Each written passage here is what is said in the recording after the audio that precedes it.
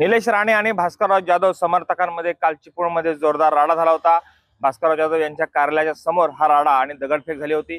यानंतर मात्र police action मोडमध्ये होती आणि आपण पाहू शकताय या दृश्यांमधून की अशा पद्धतीने या ठिकाणी जो राडा झालेला आहे हा मोठ्या प्रमाणात झाला होता आणि यानंतर चिपळूण पोलीस आहेत हे सक्रिय झालेले होते। चिपळूण पोलिसांनी कारवाई जी आहे ही अंतिम टप्प्यामध्ये केलेली आपल्याला दिसून येते आणि दोन्ही समर्थकांवरती हे गुन्हे दाखल झालेले आहेत।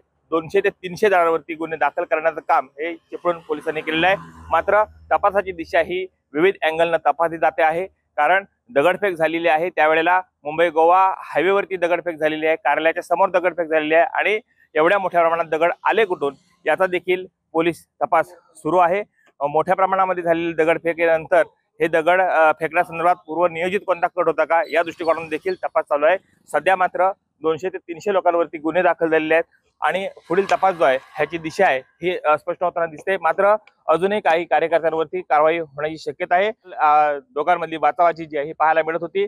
एकमेकाला उकसावण्याचा प्रकार जो आहे हा समोर पाहायला मिळत होता। पोलिसांच्या समोर हा सगळा प्रकार घडलेला होता आणि यानंतर आता पोलीस सक्रिय झालेले आहेत आणि गुन्हे दाखल करण्यासंदर्भातली प्रक्रिया ही सुरू झालेली आहे। ठिकाणी काही लोकांवरती काही कार्यकर्त्यांवरती गुन्हे दाखल होणार आहेत। कृष्णकांत साळगावकर, TV9 मराठी, चिपळूण, रत्नागिरी।